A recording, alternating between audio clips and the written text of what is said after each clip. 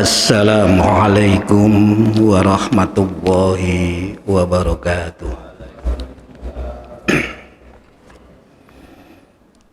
Alhamdulillah alladzi nazzalal furqana ala abdihi liyakuna lil alamin nadhira.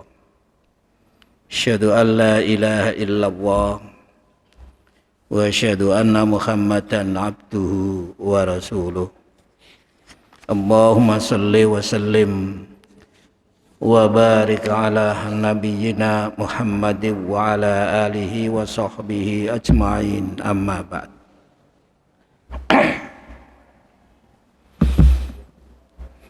Para jamaah rahimakumullah, alhamdulillah, seperti biasa kita semua mari di awal seperti begini ini tidak lupa senantiasa bersyukur kehadirat Allah Subhanahu wa ta'ala.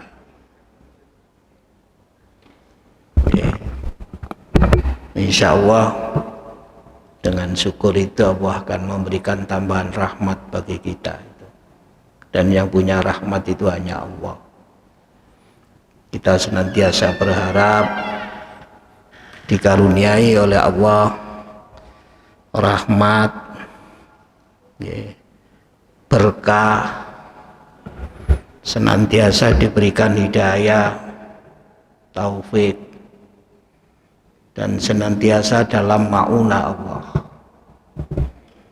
Itu harapan kita semua itu, dan semua itu tidak ada yang bisa menganugerahi kecuali Allah, dan hanya kita minta kepada Allah, karena yang lain tidak akan bisa memberikan semua itu kepada kita. Dan kalau kita minta kepada selain Allah, itu masuk kategori syirik kita itu. Kita lanjutkan kajian pada pertemuan yang lalu. Surat apa Pak kemarin? Ya, kita mulai kemarin dari surat 17 ayat 13 ayat 14, bahwa manusia ini besok di akhirat oleh Allah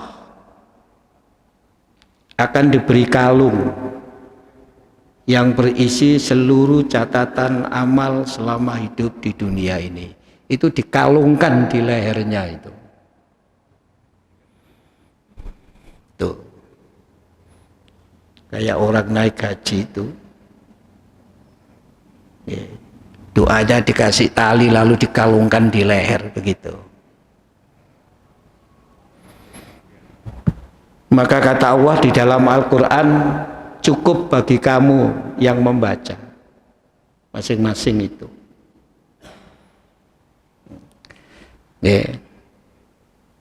Allah memerintahkan baca itu, Iqra kitabak, baca itu catatanmu itu. Kafa binafsikal yauma hasiba, cukup pada hari ini kamu saja yang membaca seluruh catatan amal perbuatan.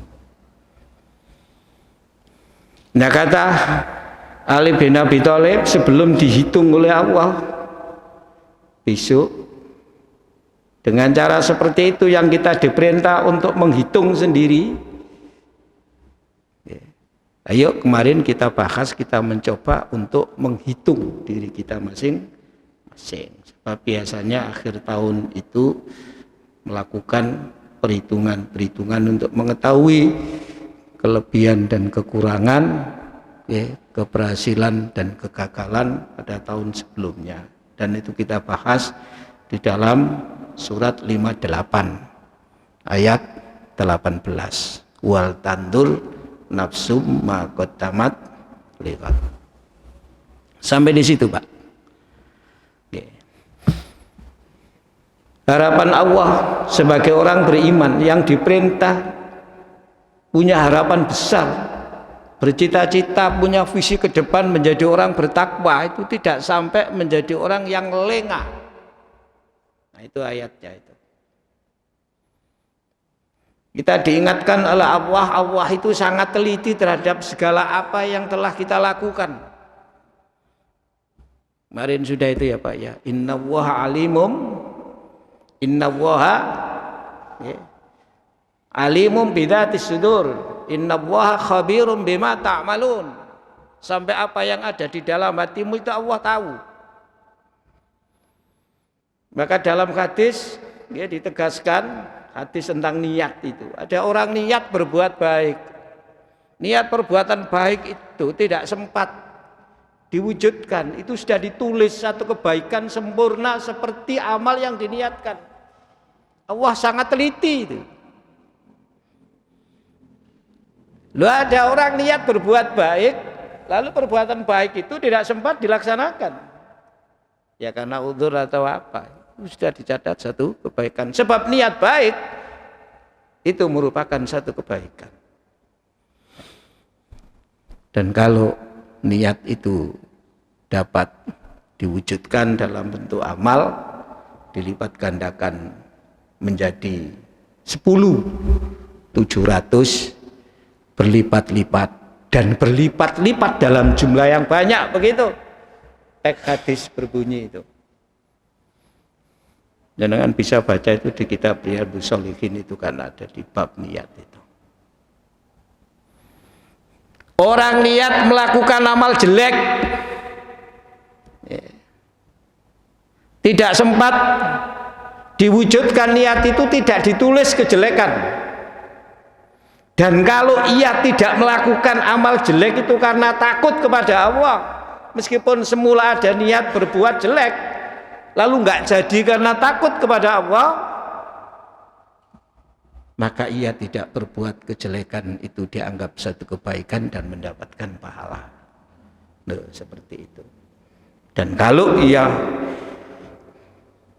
mengamalkan, melakukan perbuatan yang diniatkan dalam perbuatan jelek, itu ditulis satu kejelekan. Allah sangat teliti. Sangat teliti kita yang tidak teliti atau kurang teliti terhadap diri kita. Padahal Quran memerintahkan iqra kitabak, baca itu. Catatan-catatan tentang amal-amalmu itu kamu baca itu. Baca supaya tahu. Dan masing-masing kita yang tahu. Kita teruskan. Ayat 19 Pak.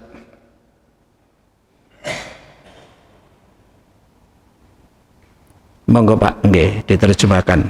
Atau saya baca dulu. A'udzubillahi minasyaitonirrajim. Wala takunu kalladzina nasuwaha fa ansahum anfusahum ulaika humul fasiqun. Kemarin sudah kita terangkan tapi belum tuntas. Monggo. Dan jangan kamu seperti orang-orang yang lupa kepada Allah. Lalu Allah menjadikan mereka lupa kepada diri mereka sendiri. Mereka itu adalah orang-orang yang fasik. Nah, wala takunu kalladzina nasuwaha, dan janganlah kamu semua menjadi seperti orang-orang yang melupakan Allah. Melupakan Allah itu bisa melupakan kehadiran Allah di dalam hidup ini.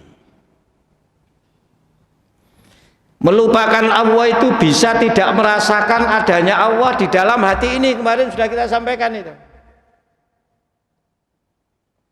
Tuh. Padahal Allah itu selalu hadir di dalam hidup kita. Allah itu selalu bersama kita. Dimanapun manusia itu berada, Allah senantiasa bersama. Tapi kayak Allah tidak hadir. Kemarin sudah kita sampaikan kalau tidak salah ya, surat 58 ayat 7 sudah? Belum? Sudah, kemarin sudah. Tidak ada pembicaraan rahasia antara tiga orang, melainkan yang keempat itu adalah Allah. Berarti Allah hadir di situ. Ketika orang berbicara tiga ini, lalu mengatakan tidak ada siapapun kecuali kita bertiga, itu berarti meniadakan kehadiran Allah. Lupa kepada Allah namanya itu. Padahal Allah ada di situ. Bahkan apa yang mereka bicarakan, yang mereka perbuat, mereka rencanakan, semua kan ditulis oleh Allah dan itu diperintah dibaca. Kemarin itu. Tidak ada pembicaraan rahasia antara 5 orang melainkan yang keenam adalah Allah. Dan tidak ada pembicaraan rahasia antara kurang dari 3 atau lebih dari 6 melainkan Allah senantiasa bersama mereka dimanapun mereka berada. Ini namanya innallaha kana alaikum raqiba. Allah itu selalu memperhatikan kita. Allah itu selalu bersama kita. Huwa ma'akum aina ma kuntum, itu di surat 57. Dialah Allah bersama kamu di mana kamu berada. Makanya orang mukmin itu kata Allah diinformasikan kepada Rasulullah, kalau hambaku tanya tentang aku, jawab aku dekat dengan mereka. Idza sa'alaka ibadi anni fa inni qarib, aku ini dekat karena Allah senantiasa bersama. Cuma kita yang kadang-kadang tidak merasakan kedekatan Allah dengan kita itu. Ini termasuk kategori lupa. Jangan seperti orang-orang yang kayak gitu sebagai orang beriman itu. Kata Al-Qur'an, ojo kaya ngono awakmu, ngoten lho bahasa Jawane iku.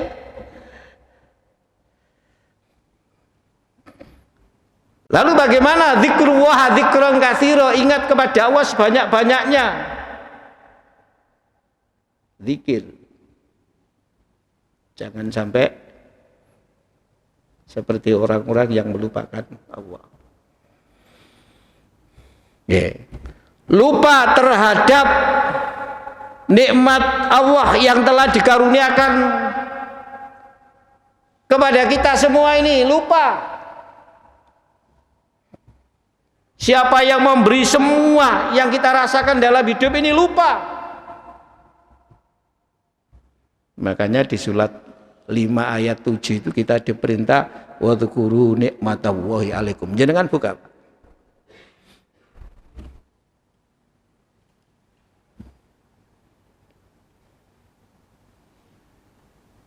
Surat 5 ayat 7.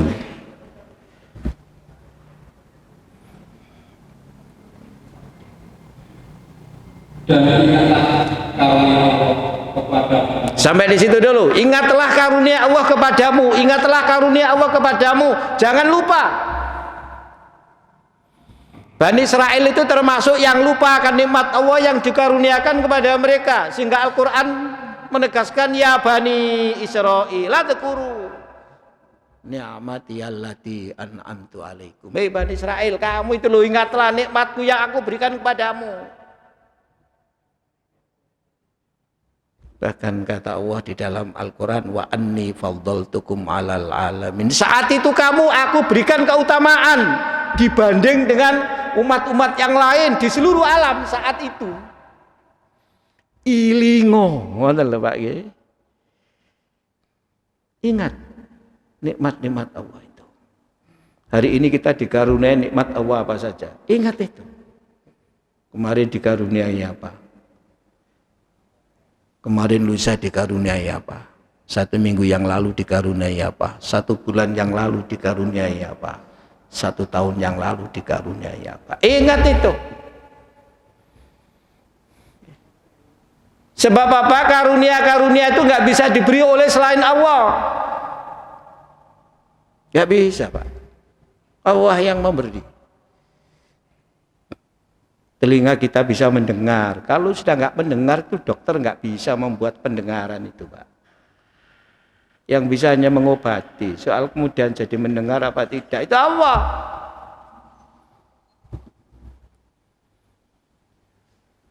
Betapa harganya pendengaran itu kalau kita rasakan, karena nggak ada yang bisa menciptakan pendengaran kecuali Allah. Masya Allah, biasanya orang itu Pak, kalau diberi orang sesuatu yang sangat berharga, dan orang yang bisa memberi sesuatu itu orang-orang khusus, tidak semua orang. Itu sangat teringat.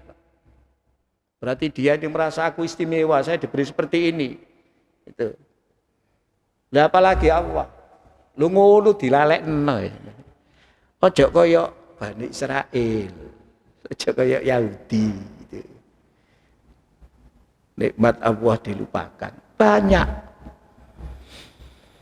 Rasulullah itu didatangi pentolan-pentolan kafir.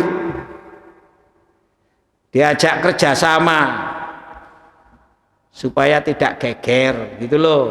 Nabi itu kan tidak ngejak geger, yang ngejak geger kan mereka. Pentolan kafir itu disebut kafirun gitu loh Pak. Itu kafirun itu kafir yang susah diharapkan untuk menjadi muslim, itu kafirun. Kafirnya didengkot itu namanya gitu lah Pak. Kalau orang kafir biasa itu disebut oleh Quran alladzina kafaru, orang-orang yang kafir. Tapi ini kafirun itu menggunakan isim. Karena yang datang kepada Nabi itu pentolan-pentolan, maka Nabi mengatakan kul ya ayyuhal kafirun. Di mana sebelumnya mereka juga datang minta kepada Rasulullah untuk tidak meneruskan dakwah Islamnya tuh, dengan barter jabatan, barter harta benda, barter wanita. Itu tidak tertarik Rasulullah. Karena apa? Rasulullah merasa inna a'toinakal kautsar. Muhammad, kamu aku beri nikmat al-kautsar. Tidak pernah kita singgung. Kautsar itu nikmat yang sangat banyak. Macamnya banyak. Jumlah macam banyak. Masing-masing macam itu juga masih bermacam-macam dan jumlahnya banyak. Sebab banyak itu ada kautsar, ada katsir, ada aksar, itu banyak. Artinya nikmat yang dikaruniakan oleh Rasulullah, yang dikaruniakan oleh Allah kepada Rasulullah itu nggak bisa dibanding dengan nikmatnya yang ditawarkan pentolan-pentolan Quraisy, itu nggak sebanding. Ya. Rasulullah ingat Pak, lah aku le nerima jabatan cuma kayak ngono, aku dikai kautsar bare Allah kok gitu. Yang kamu bawa itu apa itu? Nggak tertarik. Nggak tertarik Pak. Ayo kita ingat, sudah pernah kita bahas nikmat iman itu nikmat yang luar biasa nilainya, tidak bisa dibanding dengan nilai apapun benda-benda yang ada di alam ini. Tuh.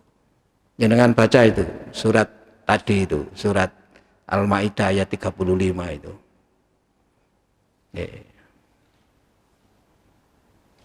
Jadi nikmat Allah ini jangan sampai kita lupakan Pak itu. Kita harus terus merenung. Nggih. Hai orang-orang yang beriman, bertakwalah kepada Allah. 36 langsung Pak, 36 langsung ya. Sesungguhnya orang-orang yang kafir, sekiranya mereka mempunyai apa yang di bumi ini sesungguhnya dan mempunyai yang sebanyak murah untuk menebus diri mereka dengan itu dari azab hari kiamat, niscaya dosa itu tidak akan diterima dari mereka dan mereka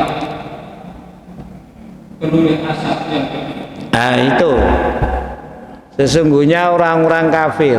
Orang kafir itu ya orang yang tidak dikaruniai oleh Allah nikmat iman yang tadi saya katakan itu. Seandainya mereka memiliki segala apa yang ada di bumi ini, TEKB Pak, berapa triliun gak bisa dihitung, nggak bisa dihitung mau seluruh yang ada di alam ini kok. Bumi seluruhnya itu miliknya, langit itu miliknya. Ditambah lagi seperti itu. Untuk menebus siksanya di hari kiamat ditolak loh sama Allah. Loh berarti kita dikaruniai oleh Allah nikmat iman itu, ayo kita eling-eling gitu loh Pak. Iki nikmat yang sangat berharga, ayo dieling-eling, aja dilalekno, iku karunia Allah. Dan kalau kita dikarunia dengan nikmat seperti itu, kita ini betul-betul orang yang dicintai Allah, yang disayang Allah. Mesti syukurnya kita ini luar biasa Pak, mestinya syukurnya kita itu. Makanya jangan seperti Bani Israel itu loh kita itu. Nanti kalau sudah dihukum diadab oleh Allah itu Masya Allah. Mohon maaf dulu pernah kita sampaikan, seandainya ya, sifat kejam itu Pak ya itu, seandainya sifat kejam itu bisa dilabelkan kepada Allah. Ketika Allah mengazab, luar biasa kejamnya. Seandainya. Tapi Allah kan nggak punya sifat kejam. Allah itu pengampun, maha pengampun, maha penyayang. Lah kok orang disiksa sekejam itu saking banget wonge ngoten lho. Lho wis dikeki sembarang dingak kok lali lho ngoten. Lali lho Pak niki sampean. Lupa Pak. Karena itu enggak ada, Allah bersifat kejam itu enggak ada. Bersifat sayang mau dikasih kok kuasi dan kasih yang banyak. Kalau punya dosa diampuni. Lu kok sampai lo lupa. Cek nemene. Sampai lupa. Makanya kata Al-Quran, wala takunu kalladzina nasubwah. Kamu jangan seperti orang-orang yang melupakan Allah itu. Lupa apa yang jadi kewajibannya kepada Allah. Itu Pak.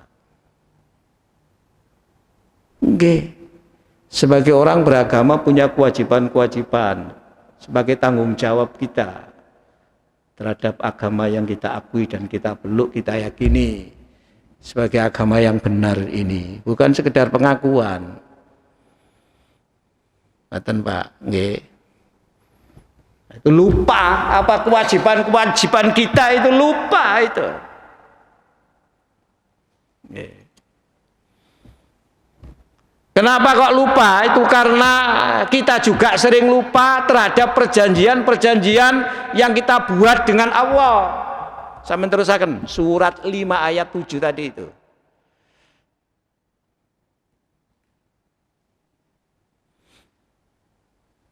Sampun, monggo nggih.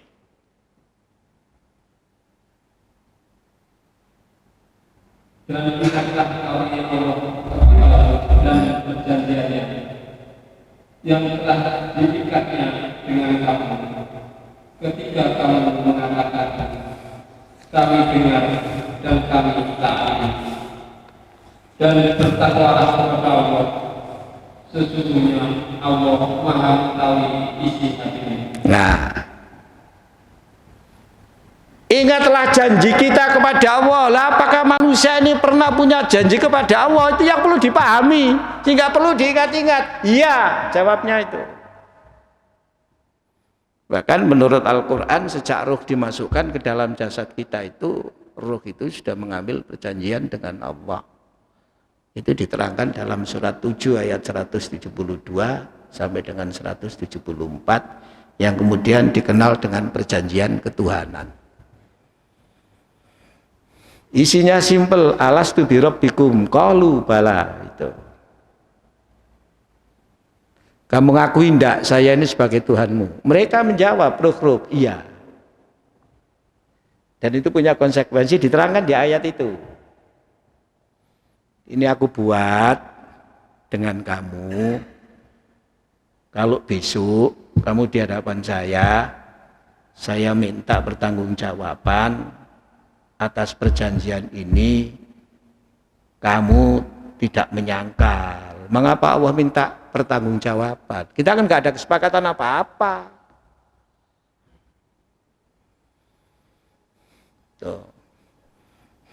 maka Allah memberikan segala-galanya kepada kita itu. Oke. Ya sebagai konsekuensi kita nggak dibiarkan oleh Allah. Tuh, kita diberikan berbagai karunia yang seperti kita bahas tadi itu. Janji, syahadat itu janji. Syahadat itu disebut mitsak. Mitsak itu ya janji. Selain janji itu ya ikrar, pengakuan, penyaksian. Meskipun mata kita enggak melihat Allah, tapi kita bisa menyaksikan kebesarannya lewat alam ini itu.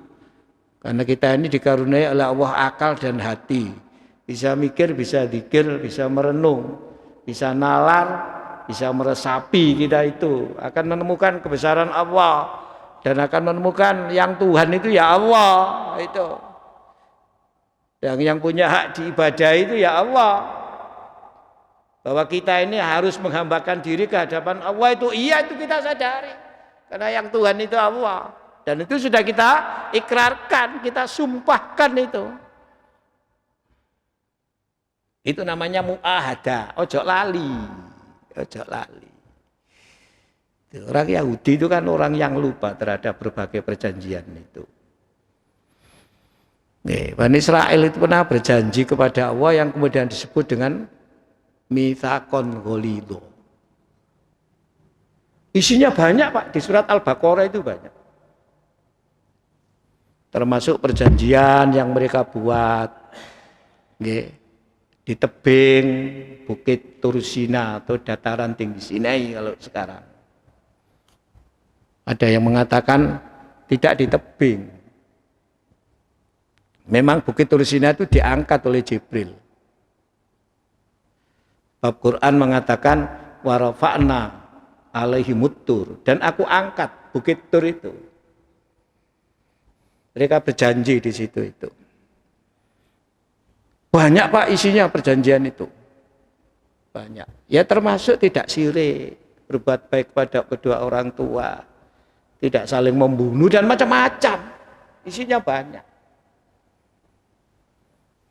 Yang kemudian perjanjian mereka ini ya, disebut di dalam Al-Quran dengan mitsaqon ghalidho. Itu.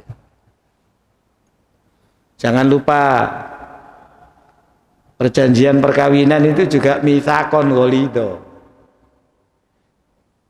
Terutama kita sebagai laki-laki yang oleh Allah ditempatkan sebagai kepala keluarga itu punya tanggung jawab besar yang nanti dipertanggungjawabkan di hadapan Allah itu. Dan kita ini akan terus mulai pagi sampai pagi ya sebagai kepala keluarga. Jenengan sebagai kepala kantor ya berarti 7:30 sampai jam 4 atau jam 5. Di luar itu sudah berbeda panjenengan. Sudah tidak lagi menjabat sebagai kepala kantor. Tapi sebagai kepala keluarga, turu lho sampean, tetap menjabat sebagai kepala keluarga. Tidak bisa lepas Pak kita itu. Sehingga kata hadis orang itu kalau sudah nikah, separuh agamanya itu bisa dilaksanakan ya oleh dia sebagai suami maupun istri. Bisa dilaksanakan. Karena apa? Ketika sholat, siapa yang sholat? Suami. Siapa yang sholat? Istri. Itu Pak. Gitu. Tidak bisa lepas dari itu Pak. Tuh.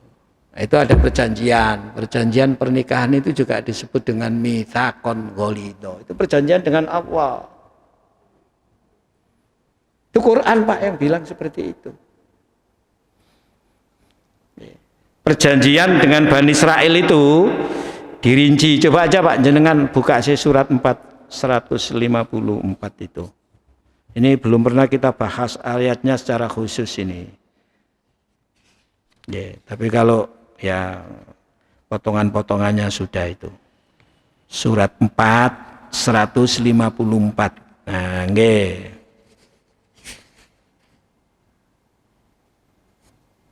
Dan telah kami angkat ke atas kepala dan telah kami angkat ke atas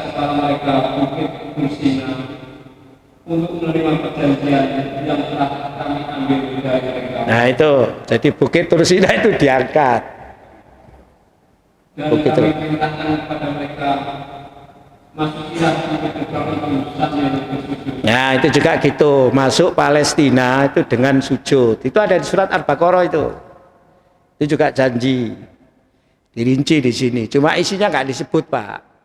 Penegasannya aja, penegasan. Jadi ketika Bukit Tursina diangkat, mereka berjanji ada di bawah itu.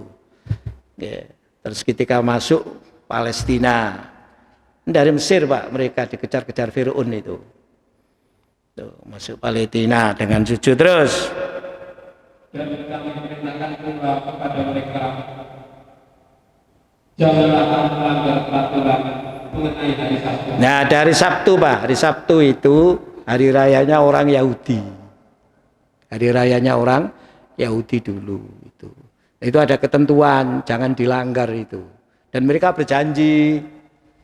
Mereka berjanji. Nah ini penegasan. Saya meneruskan, Pak.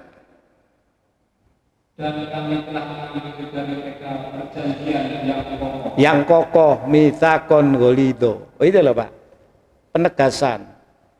Di Al-Baqarah tidak disebut sebagai mitsaqon ghalido. Disebut isi-isinya. Isi-isinya saja yang disebut itu. Nanti agak apa-apa kita bahaslah kapan-kapan. Supaya kita tahu, kita enggak melupakan janji kita kepada Allah. Syahadat itu kan punya konsekuensi. Di dalam ayat tadi itu disebut sami'na wa atokna. Tapi kalau ditambah dengan ayat yang lain, yang pertama konsekuensinya itu ngelmoni agama. Jangan lupa itu tanggung jawab kita kepada Allah.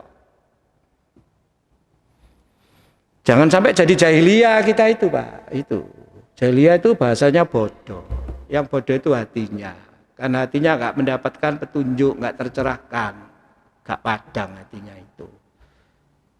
Bukan bodoh secara akal, pada aslinya manusia itu cerdas, berkonduwe akal. Tapi lihat ini bodoh, akalnya yang merusak.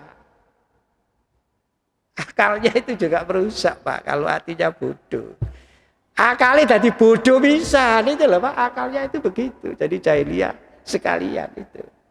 Karena hatinya jahiliyah itu. Maka kudu ngelmoni. Belajar begini ini ya, ngelmoni agama ini. Makanya pahalanya besar. Alhamdulillah kalau kita diberi Allah semangat ngaji itu. Betul apa-apa lah. Setengah-setengah ngantuk ya gak apa-apa. Kata Pak nggih. Apalagi sambil nunggu sholat Isya. Orang itu kalau datang ke masjid nunggu sholat, itu sudah sama dengan ia mengerjakan sholat. Apanya pahalanya?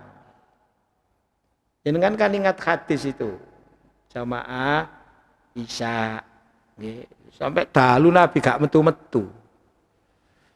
Dinteni awal Isya, kira-kira kalau di sini ya sampai jam 09.00 lho Nabi gak metu-metu, jam 09.00 lebih gak metu-metu.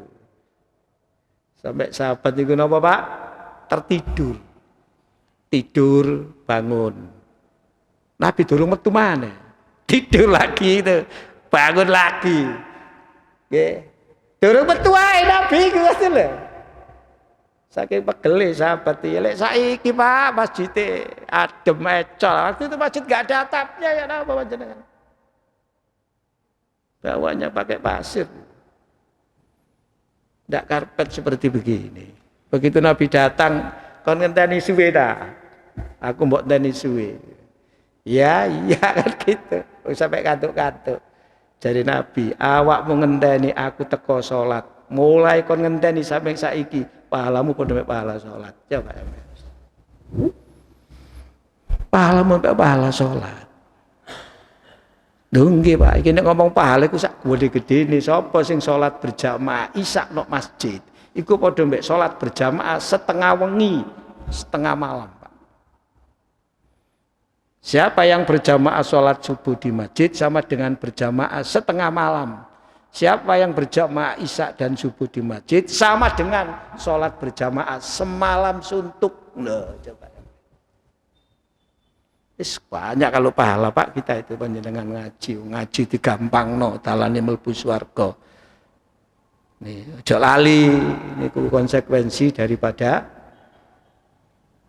mitsak kita kepada Allah, janji kita kepada Allah, namanya muahadah itu.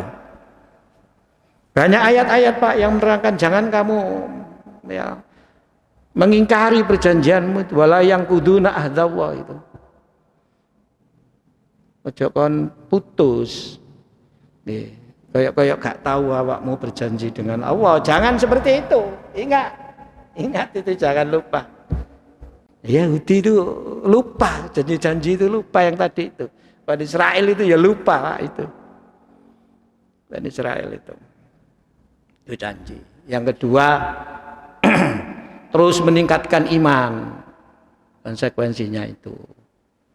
Yang ketiga, mengamalkan. Yang keempat, mendakwahkan. Mendakwahkan itu artinya menolong agama Allah ini supaya agama Allah ini tetap eksis. Karena itu setiap pribadi kita punya kewajiban menolong agama Allah. Coba panjenengan baca itu surat 61 itu Pak, panjenengan baca ya.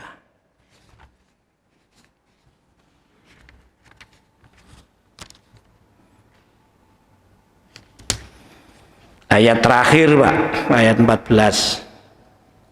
Sampean baca. Hai orang-orang yang beriman. Jadilah kamu penolong-penolong agama Allah. Jadilah kamu penolong-penolong agama Allah.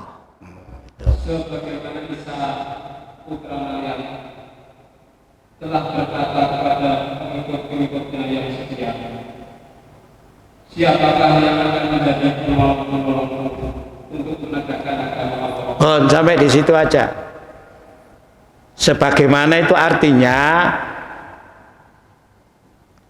kaumnya Nabi Musa itu juga disampaikan kepada mereka oleh Allah. Jadilah penolong-penolong agama Allah. Cuma bahasanya tidak seperti tadi. Bahasanya itu adalah Isa berkata kepada kaumnya, siapa yang akan menjadi penolong-penolong agama Allah? Bahasanya saja. Bahasanya. Itu Pak. Tapi kalau kita di Quran langsung ya ayyuhalladzina amanu, nah itu kunu ansarallah. Hai orang-orang beriman, jadilah penolong-penolong agama Allah. Ini penting Pak. Sebisa mungkin. Bukan kok mau meneng tok, tidak kita itu. Kata Pak Kerekel itu bukan. Yang penting aku sholat, tidak begitu. Ya, agama ini tantangannya besar. Agama ini agama Allah, tapi untuk kita. Sehingga beragama itu tidak kemudian ya tidak ada tantangannya. Nabi menyebarkan agama ini, waduh, ya berjuang Nabi itu Pak. Panjenengan kalau bisa merasakan perjuangan Nabi itu kayak apa? Kulo niki kan pernah jalan Pak, untuk di Masjidil Haram. Mau ke Jabal Sur. Nabi itu ketika hijrah dari Mekah ke Madinah, itu kan tidak langsung ke utara. Meskipun Madinah itu sebelah utaranya Mekah. Kan jalannya ke selatan dulu. Ke selatan itu kalau sekarang lewat Miswala Pak. Miswala sampai selatan, terus Nabi ke timur. Ke timur, terus baru belok lagi ke utara. Itu nanti Nabi bersembunyi di Jabal Sur itulah. Panjenengan kalau sekarang mau melewati jalan itu ya masjid itu ke selatan lewat Miswala. Nanti sampai di Bautma. Bautma itu sampean belok kiri itu nanti ketemu namanya Terminal Hude. Terus saja nanti atau ada jembatan layang, jembatan tol, sampean belok kiri. Itu sudah jalan Jabal Sur. Dulu saya itu pernah jalan Pak. Koyok gini ya pegel mlaku. Nabi biyen iki ya apa gitu. Saya itu boleh pegel ya lupa bis gitu aja atau naik apa ya, naik taksi dari Terminal Hude situ ya, ada Terminal Hude nah. Itu untuk jamaah haji itu. Jamaah haji Terminal Hude itu. Koyok gini, pas di bawah jembatan itu hujan Pak. hujan. Dan ada informasi dari teman-teman Masjidil Haram hutan terus gitu. Saya dibawa jembatan layangnya tol itu. Kayak gini ya, itu ya, gitu ya. Kita bayangkan Pak, kita meresapi betapa susahnya, sorohnya Rasulullah itu. Maka kemarin kita bahas ketika Rasulullah diutus menjadi Rasul, kemudian mengajarkan agama ini sampai kayak kita. Itu karunia Allah yang besar bagi kita kan itu kan. Karunia Allah ya yang besar bagi kita sehingga Allah menegaskan laqad manna, sungguh aku telah memberikan nikmat yang sangat besar kepada orang-orang yang beriman. Laqad mannallahu 'alal mu'minina.